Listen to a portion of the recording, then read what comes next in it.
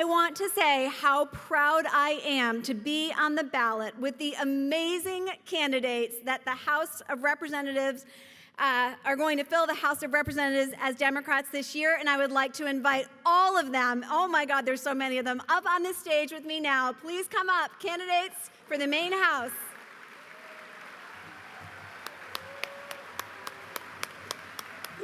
Just come all around.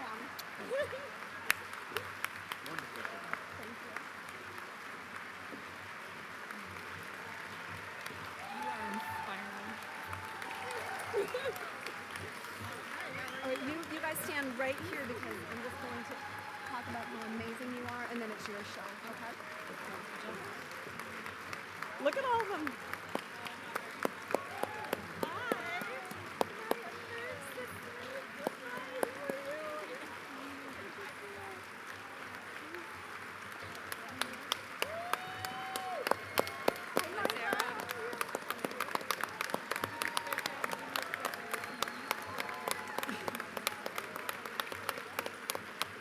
If everyone can fit. Keep squeezing in.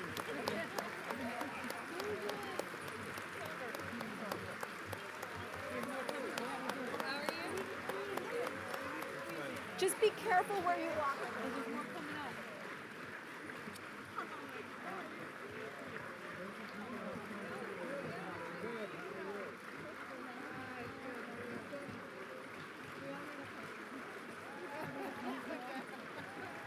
There she is.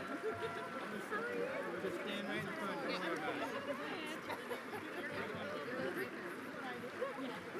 about it.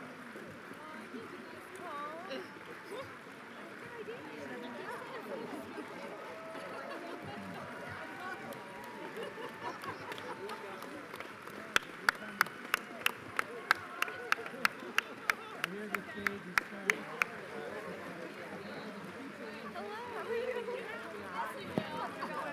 Sarah, we should have a first-time candidate to separate them, no? That's too complicated with this group of people. More time in the budget.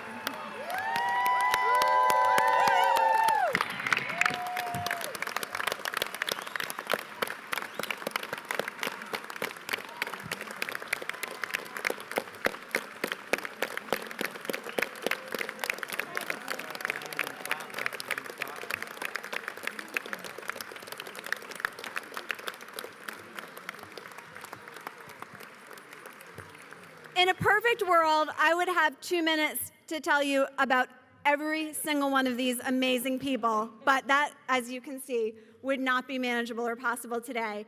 I do, however, want to introduce at least 2 of these amazing people, 2 people who I have worked in leadership with over the past 2 years. And if you all have paid attention to what's happened in the State House over the past 2 years, it's been brutal, quite honestly. It has been, really incredibly hard work. And in order for us to persevere and to do well and to protect the things we care about, with a Republican governor, Paul LePage, with a Republican-controlled Senate, and with a House that only has a majority by 3 or 4 seats, it has been an absolute it has been a must that we move together as one group, that we are incredibly strong together and united, and that starts with this leadership team. So I hope you'll just give me a moment to talk first about Aaron Herbig, who is the majority leader for the House Democrats.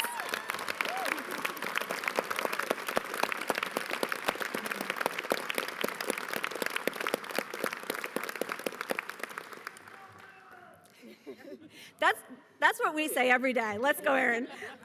So I just want to say, for those of you there are some people who might know Erin well, and many of you haven't had the chance to get to know her yet, but she is one incredible woman. She comes from a family of Republicans, and yet she is one of the strongest Democrats I have ever known. And not only that, but she helps keep every Democrat strong. Erin has the ability to listen to every member, to understand the challenges that they're facing, both in their personal life, but also by what their own people in their district are asking them to do. She has the ability to listen and then to come back to the table and say, here's how we can make what we're doing better. She has the ability to keep people together. It is an incredibly difficult job to be majority leader. I will also say this. She is a major support system for me personally as Speaker. And having that support in leadership is one of the most important things. I can't possibly emphasize how much it means to me. So with that, I'm going to introduce my dear friend and the most amazing majority leader ever, Erin Herbig.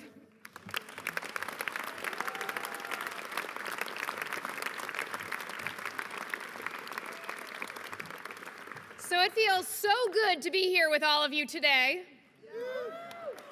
So I am Erin Herbig, and the first thing I always have to say is I am so proud to be from Waldo County.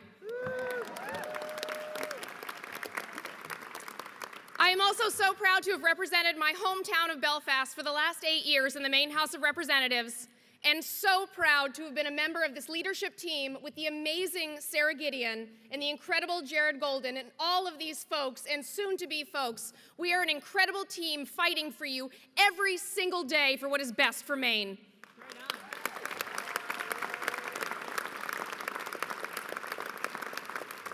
And as we look to 2018 together, there is one thing that I feel like I must talk to you about today.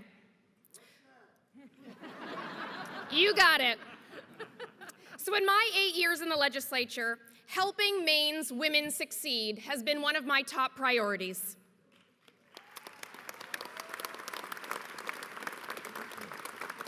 That is why I am so proud today to say that for the first time ever, 50% of our House Democratic candidates are women.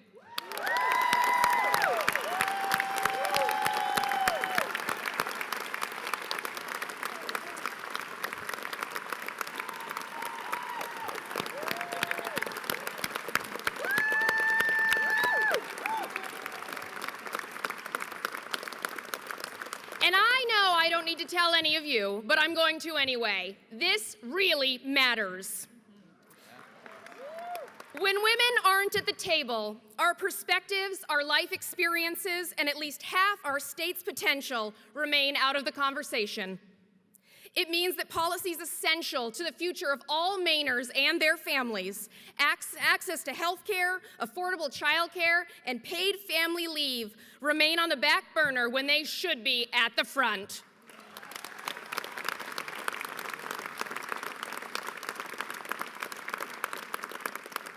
Currently, women make up just over a third of the House of Representatives in Maine, and it's even less than that in the Senate.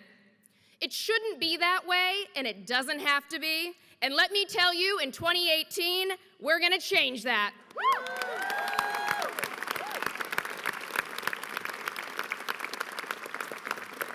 Across the country, we're seeing Democratic women step up and run in record numbers, and they're winning. And our candidates here up on this stage and on the next stage, they're ready to win as well.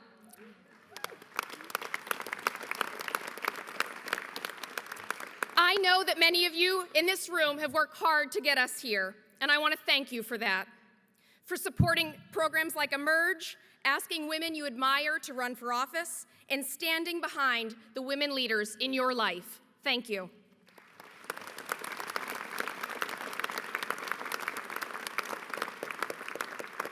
Thank you for raising daughters and sons who believe that women can and must be a seat at the table for our state to be at its best.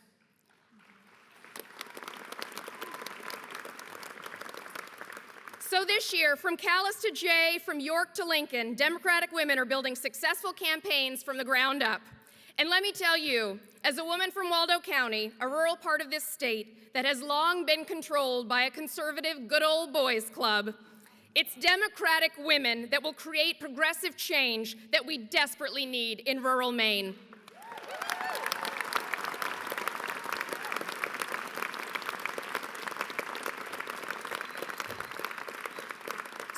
So the work starts here with all of us together. Let's get her done. Thank you.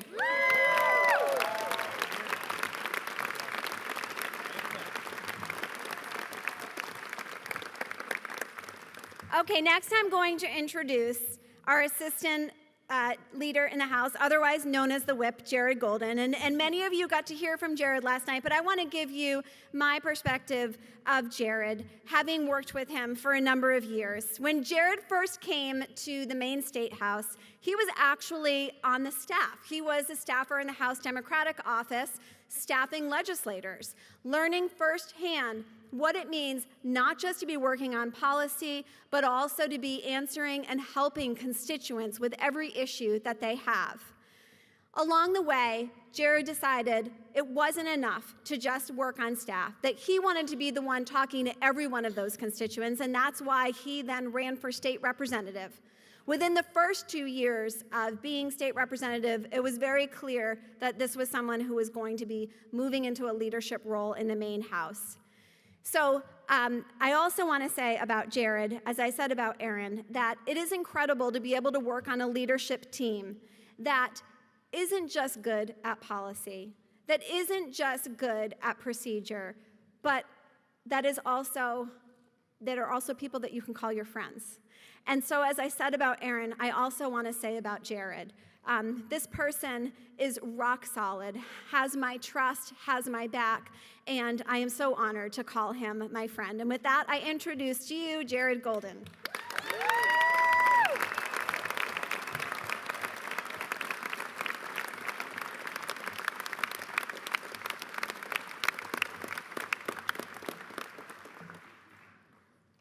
All right. Good afternoon, everyone. Hey. So the first thing I want to tell you is I have been so fortunate, blessed, to be able to follow the leadership and back up the leadership of two incredibly strong Democratic leaders, Speaker Sarah Gideon and Majority Leader Aaron Herbig. I want to thank you so much. And it's been such an honor to stand shoulder to shoulder with all of the House Democratic members of our caucus. I just can't thank you enough, really. I'm going to miss every one of you, but I wish I had the opportunity to serve alongside everyone that's standing up here. It's just a wonderful thing to represent your communities. So thank you for stepping up, and I'm going to talk just a little bit about what that means, what it means to step up and run to represent your community. So every candidate up here has decided to run to represent their district out of a love and commitment to community and a desire to make it the best it can be. Over the next several months, they'll walk the streets, sometimes down roads that they've never strolled, and knock the doors of the people that live in their district. When you run to represent about 8,000 people, the beautiful thing is it's possible to meet every one of them face to face. That's what makes running for and serving in the Maine House so unique and special. Our candidates are parents and coaches, they're volunteers and town managers, teachers, social workers, farmers, lawyers, small business owners, mill workers, and nurses, mothers and fathers. I remember you. I'm liking this back and forth. It's so important that we choose the right candidates to represent our towns, because as they go door to door, remember this, far more than the party can ever be, they become the face and the voice of the Democrats in Maine. They know their neighbors and what families need to succeed. They hear about it at kitchen tables, in corner stores, and in the stands at the game. These candidates don't have to guess what the issues are or how to vote to help their community. They live there too, and they have real person-to-person conversations about the challenges that people face. From one end of this state to another, those challenges are often different, often the same as well. And that's why it's important that our candidates understand what's going on in their community. Yesterday, I walked through Kennedy Park in downtown Lewiston, and a young Somali-American boy dribbling a basketball stopped me. He says, "Hey man, why are you wearing that suit?" I'm going to tell you, I told him, said, "I represent this community in our government." He says, "No way, that's cool." I told him I used to play ball in Kennedy Park too when I was growing up. Those are the types of conversations that I draw upon when the time comes to fight back against narrow-minded, sometimes hateful, anti-immigrant rhetoric in Augusta. And to stand up for the emerging diversity and growth that has been fueled in our town by immigration. And yes, I'm pointing to you, Androscoggin County.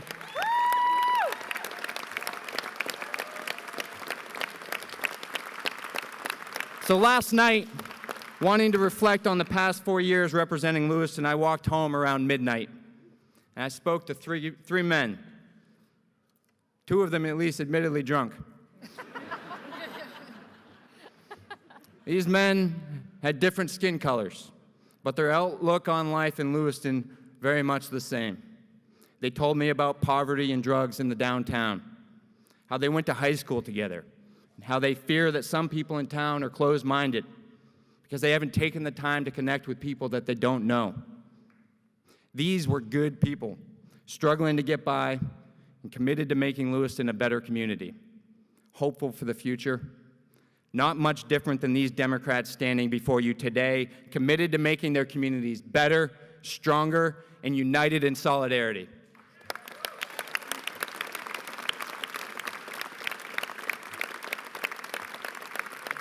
When Democrats run for the Maine House, their campaigns are grassroots organizing at its purest and best. They're supported by you, elected by you, and they bring your perspective to Augusta. House Democratic candidates don't represent the special interests. They represent their community's best interests. I want to thank each and every one of you out here today for your support of these candidates. With your hard work on the streets and on the phones, they will win, and they will be the face of the Democratic Party in Maine, the face of the Democratic Party in your community, and they will go to Augusta to fight for you and all of us. Thank you so much.